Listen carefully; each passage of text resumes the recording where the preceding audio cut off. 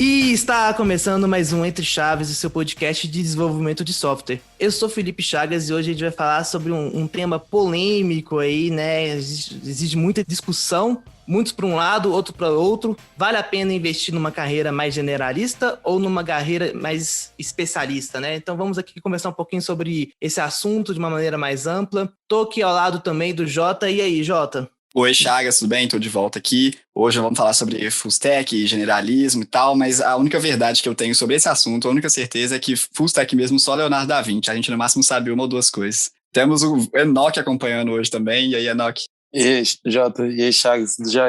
E eu concordo muito com isso que o Jota falou, assim, é até um paradigma legal. E eu pretendo contribuir aí com a discussão, assim, focado um pouco na visão não só do desenvolvimento, mas na visão de outras profissões também, como design, produto, PO, um pouquinho do meu background. A gente está junto aqui também com o Vinição. E aí, pessoal, tudo bem? Prazer em participar do Entre Chaves, né? Costumo mais participar lá do lado de Liz. Acho que eu tenho alguns insights para contribuir com a discussão, embora realmente seja um tema polêmico, não acho que tenha uma resposta final para isso não, mas vamos conversar aí. E estamos também com a Fernandinha aqui. Né? Oi, gente. Dessa vez estou aqui do outro lado, né, do Entre Chaves, não como host, mas vim também trazer um pouquinho do meu ponto de vista, já que eu acredito que a minha vida inteira eu fui bem generalista, então acho que vamos colocar um pouquinho de polêmica aí nesse tema que é tão discutido por aí. Muito bom. Então vamos começar. Antes da gente partir, né, para discussões, levantar prós e contras, acho que seria legal a gente definir bem esses termos, né? Generalista e especialista, apesar da própria palavra aí no português já ter um significado por trás dele, quando a gente fala no mundo do desenvolvimento, no mundo, não só desenvolvimento igual o Enoch trouxe, no mundo técnico, isso muda muito até a forma com que o profissional vai buscar estudar, se aprimorar, se ele vai focado numa área só, se ele vai olhar para o todo. E aí eu já vou começar a trazer aqui uma frase que é dita, para vocês discordarem ou concordarem dela, né? Normalmente a gente vê muita gente falando que o full stack é igual ao ornitorrinco. Ele faz de tudo, mas não faz nada bem. Vocês concordam com essa frase? Sim e não? Discorram sobre isso. O famoso pato também, né? Exatamente. Eu acho que tudo depende do que a gente conseguiria classificar como fazer, né? Às vezes o cara que é full stack, ele consegue fazer, de fato, muitas coisas, ou seja, ele consegue navegar por um oceano aí de trechos de conhecimento e tal, mas ele pode se limitar ali na profundidade do que ele quer fazer, né? Então, acho que tudo vem dessa definição. O que você considera fazer? É fazer minimamente? É ser o cara que consegue resolver em todas as situações? Eu acho que um full stack, ele se propõe até, né, a conseguir resolver a maioria dos casos, talvez, mas ele não tem esse comprometimento de ser o cara que vai resolver tudo sempre. Eu acredito que, né, a pessoa desenvolvedora full stack, assim, é uma pessoa capaz de contribuir, né, em todos os estágios do processo de desenvolvimento, no caso, né, do desenvolvimento, né, desde códigos de back-end, né, de servidor, até códigos de front-end, de interação com o usuário, né, e aqui eu estou falando de front-end, qualquer interação, né, seja mobile, seja navegador. E aí eu acho que o full stack, né, é um profissional que é capaz mesmo de extrair uma ideia, né, uma ideia de negócio de um cliente e converter aquilo em solução. E claro que isso é uma coisa super difícil, assim. Por isso que talvez esse paradigma de falar o desenvolvedor full stack é igual o pato que realmente não faz nada direito. Mas eu acredito que não é que ele não é aquela pessoa que é especialista, né? Claro, porque afinal ele é generalista. Ele não é uma pessoa que sabe tudo de uma tecnologia, ele não sabe tudo de um stack, mas ele sabe um tanto de coisa o suficiente para colocar um sistema, uma solução em produção. E eu acho que isso é super importante de ter na empresa, assim. Eu acho que são profissionais super valiosos. Nesse ponto eu concordo muito com a Fernandinha, assim, e até, assim, eu acho que a gente tem vem de uma cultura de, por exemplo, supervalorizar a especialização. Então, assim, nas trajetórias profissionais, normalmente, você é uma pessoa que começa mais júnior, vai evoluindo, chega num nível de senioridade onde você se especializa e se torna, tipo, referência naquele tópico. Mas, assim, hoje eu acho que cada vez mais o mercado tem espaço para os diversos tipos de profissionais. Então, assim, tanto os profissionais que decidem se especializar em um segmento, por exemplo, numa tecnologia ou em alguma parte de um processo específico, também tem espaço para esses profissionais mais generalistas. São pessoas que normalmente têm um bom entendimento da visão como um todo e que, para a maioria dos cenários, assim, supre a necessidade. Então, assim, hoje, se a gente for avaliar, é muito raro a gente, sei lá, todos os cenários possíveis que a gente imaginar de desenvolvimento de software, de trabalho, o cenário que a gente precisa realmente de um especialista. Então, assim, depende muito do nível de complexidade também do problema que a gente vai lidar, para a gente optar por ter um profissional mais generalista ou um profissional mais especialista, assim. Então, assim, é meio que inviável para o negócio hoje ter um time só com especialistas, onde a complexidade é muito baixa, porque, assim, isso envolve questões de custo, questão de até mesmo conhecimento que está sendo transmitido ali e compartilhado entre as pessoas e potencial de evolução. Assim, a visão que eu tenho sobre isso, respondendo diretamente à pergunta do Chagas, é que você não pode banalizar a coisa. Então, é claro que se você também, né, tipo assim, sabe 1 milhão de coisas, mas sabe praticamente nada sobre cada coisa, realmente é complicado, né? Mas se você sabe sobre várias coisas e sabe bastante sobre algumas poucas coisas, é uma realidade que na minha visão, não é banalizada. E um outro ponto, como eu enxergo esse tipo de problema, é da seguinte forma: você poderia classificar problemas, claro que num espectro mais analógico, mas daria para diferenciar problemas que são complicados e problemas complexos, né? Então, problemas que são complicados, que exigem um conhecimento muito específico sobre determinada coisa, é claro que é bem melhor você atuar ali com uma pessoa que é mais especialista naquele assunto. Porém, problemas complexos, onde você não tem uma visibilidade muito boa do que seria aquela solução, é muito claro que pessoas que têm um nível de conhecimento mais repertório, vamos falar assim, elas vão se sair melhor. E o mundo tende a cada vez ser mais complexo, né? A maior parte dos problemas complicados, eles tendem a ser resolvidos com o tempo por inteligência artificial. Então, eu diria que é até um pouco arriscado você ficar tão especializado em determinada coisa, porque o mundo cada vez mais vai requerer habilidades em lidar com problemas complexos. Entendeu?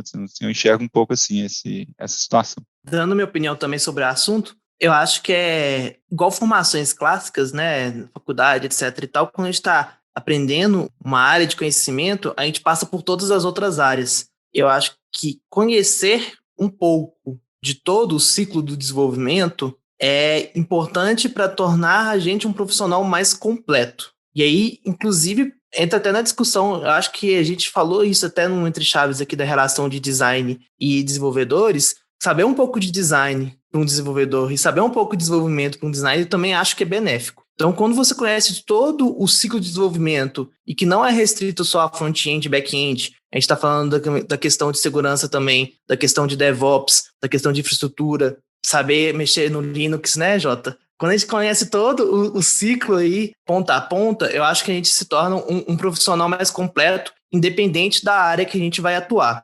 Mas aí, continuando aí uma opinião pessoal minha, é importante deixar isso claro, eu acho que chega um momento da nossa carreira que, se a gente não escolher uma área de atuação, e aí, mais uma vez, ela não precisa ser restrita a front-end e back-end. Isso aqui é minha área de atuação que eu queira focar é otimização de desempenho, por exemplo. Quero deixar as aplicações mais rápidas.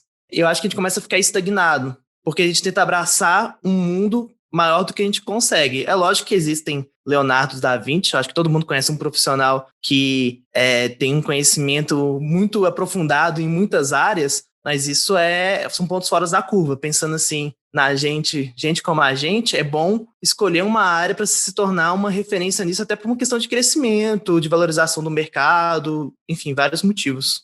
Eu não esqueço de uma conversa que eu tive uma vez, inclusive foi com um professor que já veio aqui no Entre Chaves, que era o Coutinho. Ele falou assim, Jota, para ser um bom desenvolvedor, né, muitas vezes o que basta não é só você conseguir programar bem, você ter um conhecimento legal ali de engenharia do software como um todo, né? Às vezes você pode trazer outros diferenciais que acabam agregando em outras áreas de conhecimento e muitas vezes não envolve apenas hard skills, né? Pode ser que envolva soft skills que não deixam de ser, ao meu ponto de vista, e eu não sei se vocês concordam, uma forma de generalismo. O cara, ele pode, inclusive, estudar formas de conseguir, por exemplo, integrar um time, de conseguir expor ideias, de conseguir difundir ideias entre o time, que não necessariamente tem a ver só com um conhecimento técnico dele, vai um pouquinho além, mas que, ao meu ver, entra um pouco ali em áreas de conhecimento diferentes, né? Então, assim, em comunicação, às vezes até uma propaganda, um marketing que o cara consegue fazer, acaba tornando ele realmente um generalista no ponto dele não conseguir só fazer o deploy, às vezes, de uma aplicação de cabo a rabo, mas também fazer ali a questão do estudo de quem que é o público dele, de quem que pode acessar o site, de como é que ele difunde isso, como é que ele faz essa propaganda. Acho que o papo vai bem além, assim, é bem interessante isso.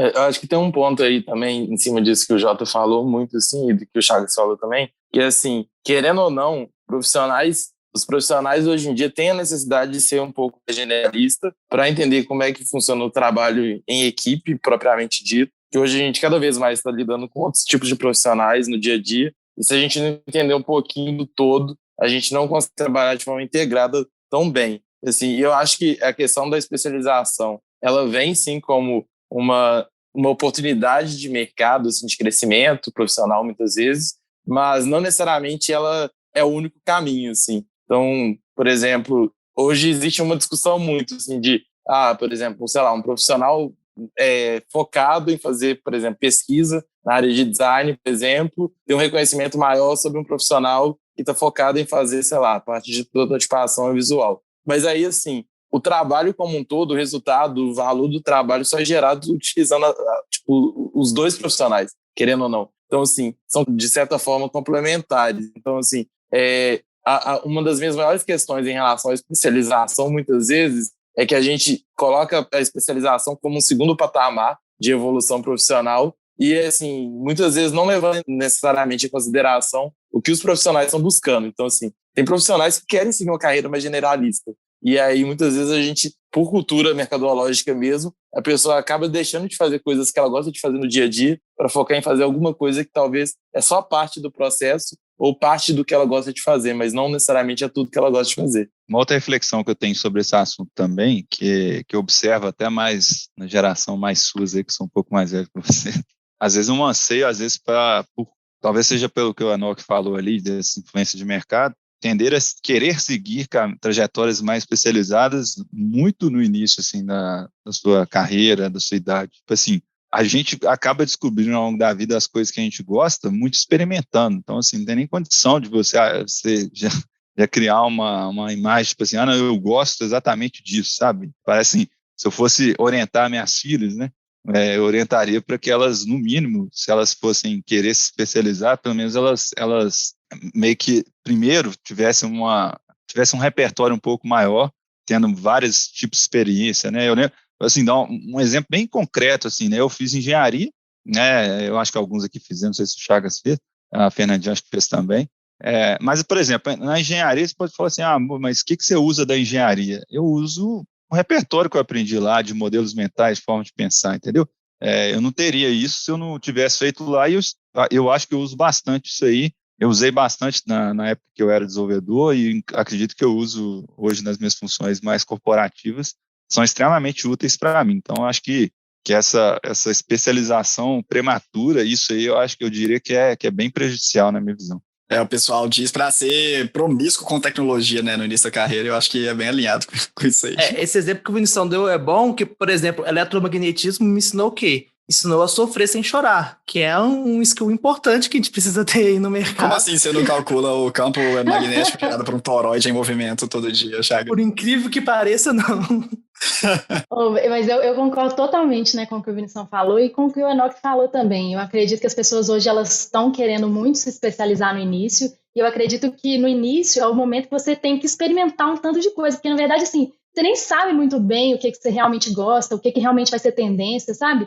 Então, assim, eu acho que é o momento de você realmente abrir a mente e falar, não, eu preciso de saber o mínimo aqui de conseguir colocar uma solução de pé, sabe? Então, eu acho que no início é super importante a pessoa começar como generalista. E eu acho, né, até concordando com o Enoch, que a especialização, ela não é o único caminho, assim. E eu digo isso, assim, por experiência própria mesmo, porque eu não sou especialista hoje. Eu sou super generalista e o papel que eu exerço hoje, né, na DTI é super importante que eu seja generalista, é valioso, sabe, que eu seja generalista, porque eu chego nos projetos e eu ajudo, independente da stack, assim, e não é que eu sei tudo de todas as stacks, e claro que eu não sei, mas, assim, eu tenho a abertura de chegar lá e falar assim, não, em Java, poxa, não tenho tanta experiência, mas eu vou lá e vou pegar aqui, vou aprender, é um negócio aqui enfim, em Python, que eu não tenho muita experiência, um front-end, enfim.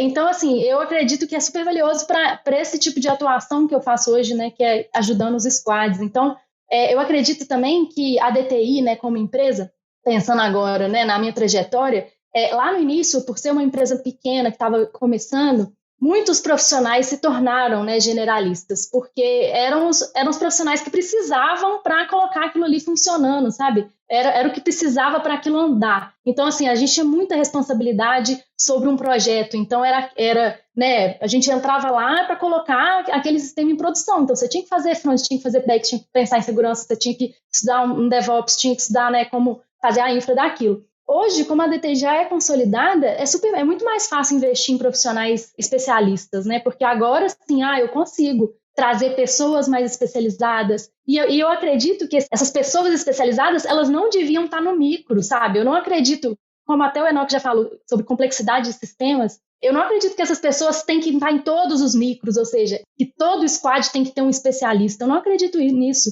Eu acredito que a rede tem que ter especialistas. E os squads, eles têm que usufruir desses especialistas, né? Então, assim, eu tenho uma dúvida, eu tenho um problema super complexo, eu vou lá e eu peço ajuda da minha rede. Isso até ajuda para a antifragilidade, né, dos times e tudo mais. Então, esse é o caminho que eu acredito. Eu não acredito que todos os profissionais precisam ser especialistas.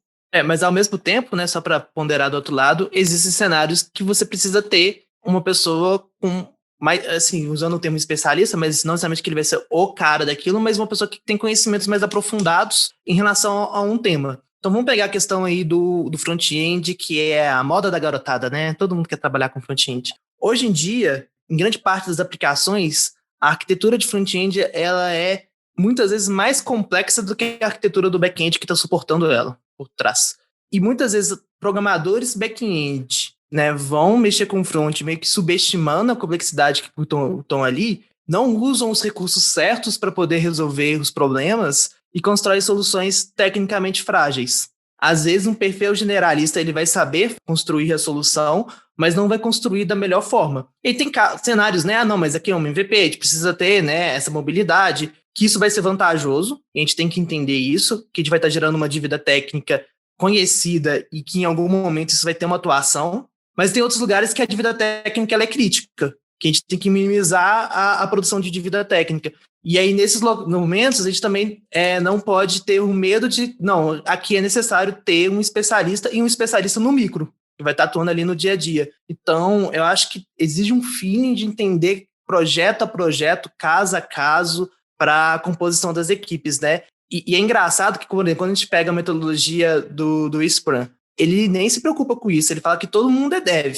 Designer é dev. Todos os papéis técnicos ele chama de desenvolvedor, ele até explica essa abordagem, né? E entende que todos os papéis técnicos estão ali hábeis a resolverem os problemas. Mas quando a gente analisa questões um pouco mais complexas, a gente vê que às vezes a gente precisa ter uma distinção em alguns roles para poder trabalhar com alguns problemas um pouco mais específicos. Eu acho que assim, você chegou contrapondo o que a Fernandinha tinha falado, mas está muito alinhado mesmo, né? Nem vejo como um contraponto. Eu gostei do jeito que você falou aí, do formato. Assim, uma analogia que eu faço pro que você, né, que eu gosto inclusive de explicar desse jeito, seria até como se fosse um time de futebol, poderia ser um time de vôlei também, que é um balanço das coisas, né? Tipo assim, né? Não é um excesso nem para um lado nem para o outro, inclusive também avaliando o contexto, né? Por exemplo, se você analisa um time de futebol, tem habilidades que todo mundo tem, entendeu? Inclusive o goleiro, né? Por exemplo, o goleiro ele tem que dar passe, né? Ele tem que saber chutar a bola, ele tem que fazer lançamentos, e por aí vai. Porém, tem algumas especialidades que alguns jogadores têm mais que outros, né? Por exemplo, um cara está no ataque, ele chuta mais forte, o outro sabe cruzar melhor, o outro pode pegar de mão, inclusive. Então, você tem um certo nível de especialização, mas você não tem uma alienação da coisa, que eu acho que às vezes acontece com alguns times que eu já vi. É uma certa alienação, do tipo assim, é quase como se fosse igual aquele episódio que a gente gravou uma vez lá, você até participou da ignorância intencional, entendeu? Tipo assim, não, isso aqui eu não quero saber. Eu lembro uma vez que eu não lembro quem que era, não, mas na ETI eu fui uma pessoa que mexia muito com front-end, eu fui perguntar um negócio lá sobre um thread, aí ele falou, não, thread é coisa de back-end. Eu falei, cara, como assim? Tipo assim, né, a parte front-end usa thread o tempo todo. Então, assim, certos tipos de alienação são muito perigosos. Inclusive, essa complexidade que você falou do front-end, muito provavelmente ela é capaz de ser necessário usar vários tipos de ferramentas e metodologias para lidar com isso, porque é um tipo de complexidade que antigamente costumava ter mais back-end. Por exemplo, você tem uma certa ideia de domínios ali, que você tem um domínio quase que está dentro da tela, entendeu? Então, eu acho que, no fundo, é ter um bom balanço. Eu gostei dessa analogia que você fez e eu acho que a analogia do vôlei é até melhor. Por quê? No vôlei existe rotação, né? Então vai ter um momento que quem joga, mesmo um jogador de defesa, ele vai ser obrigado a estar na rede. E ele vai ter que bloquear a bola, mesmo que essa não seja a especialidade dele, né?